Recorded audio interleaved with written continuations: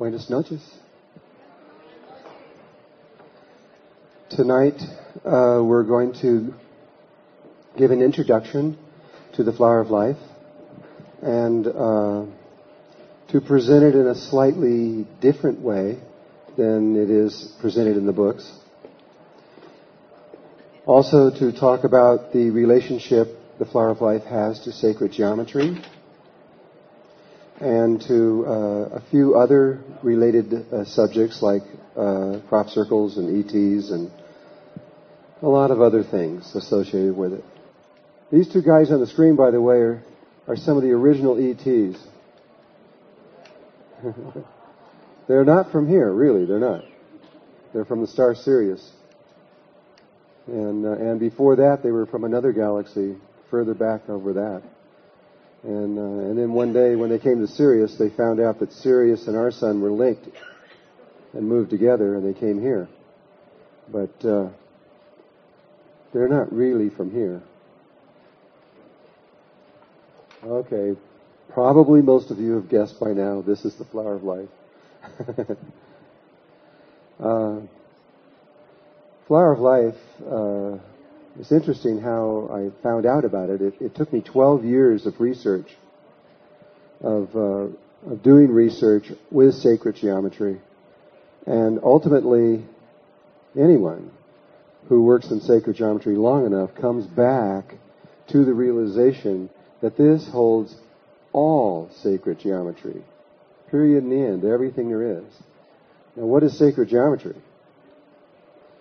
Well, everything in the reality, everything. The stars, the planets, the sun, your body, everything in this world that we know, just everything that exists, everything that's manifested through the sacred geometrical proportions. And there is no exceptions, absolutely zero.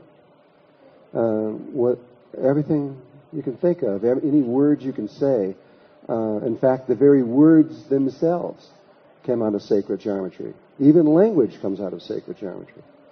It's all of that.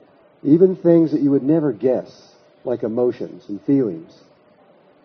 It was Manfred Klein and Dan Winter in the United States who figured out that emotions were related to sacred geometry. They put people on EKG machines and put them up and found that there was a sine wave signature that a person was emitting when they were feeling a certain feeling. And every feeling has a unique sine wave signature. And those sine wave signatures are then converted into three-dimensional forms that you can hold in your hands. And all of those forms are based on sacred geometry. So there's a thing, a three-dimensional polyhedron you can hold in your hand that represents love, and another one that represents the opposite, say hate. And so this is clear with the entire world that's studying this right now, and I'm not the only one. There are a lot of people now studying it.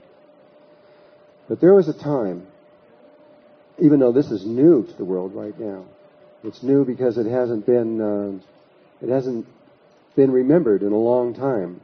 There were only a few people. Rudolf Steiner started to remember this, and people like Buckminster Fuller started to understand it.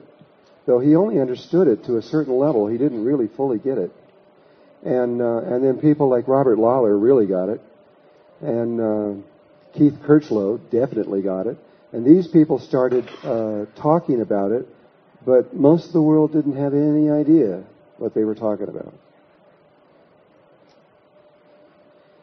But long ago, 6,000 years ago, all the way up until roughly right after the Greek Empire in ancient Greece, this was known everywhere, all over the world. The Flower of Life was like Elvis Presley. I mean, everybody knew it. And I'm just going to show you a few places just so you can understand that this truly was everywhere, all over the world. There's different things in here. This is called the Flower of Life. There are 19 circles, if you counted them. in here, and they're surrounded by two circles. Those outer two circles are not just for looks. They're extremely important in all of this. And inside the middle of here, there's this middle one where you see these 6 petals. And then outside of that, there are 6 more that move around that. If you could see that. It's hard to see, but you'll see it in a minute. That's called the seed of life. Now, these are not words I'm making up. These are the actual words that were used in ancient times to describe this. I think they called it the flower of life because it looks like a flower and because it is the laws and proportions for everything alive and even not alive. Everything that's manifested. So the first thing I'm going to do is just show you places around the world where this was found in ancient times. The Essenes, 500 BC. This was their first city that they built after they came out of Egypt.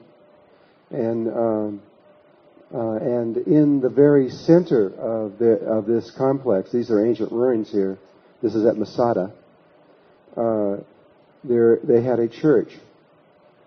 And in the center of that church, it was their most important building. And though it's really hard to see in the slide, and if you pull it up close and look at it, you can see it. But right here, this is the floor. And it's not even focused. You got to do, okay, trust me. This was a big square at one time, and squares that came in right here, which you could see the outer ends of it that was still left on the floor, was the flower of life. It's very clear if you're there. I've had people that were there and took really good photographs of it. And so the flower of life was actually a central motif in the Essene community. This comes right out of the center, like I was showing you before. And you'll see both of these, both the center one and that complex right there in ancient times. This is a mosaic floor out of Greece. It's on the island of Crete. And right there, you can see the central motif out of the flower of life. However, the flower of life is found all over Greece. I don't have all the slides here to show it. In fact, they found something that I just got recently, which is really incredible. It's a monastery in Greece. It's very old. It has a big white wall all the way around it, and it's all white buildings, white inside, white outside.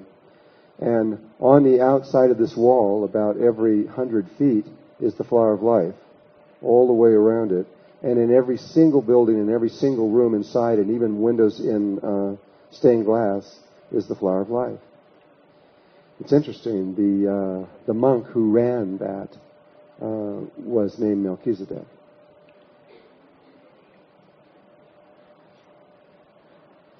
This is off of a very, very old chest that came out of Turkey. And here you can see the flower of life motif with the 6 circles moving around it. We found it in 18 places around the Mediterranean, in countries practically all the way around it.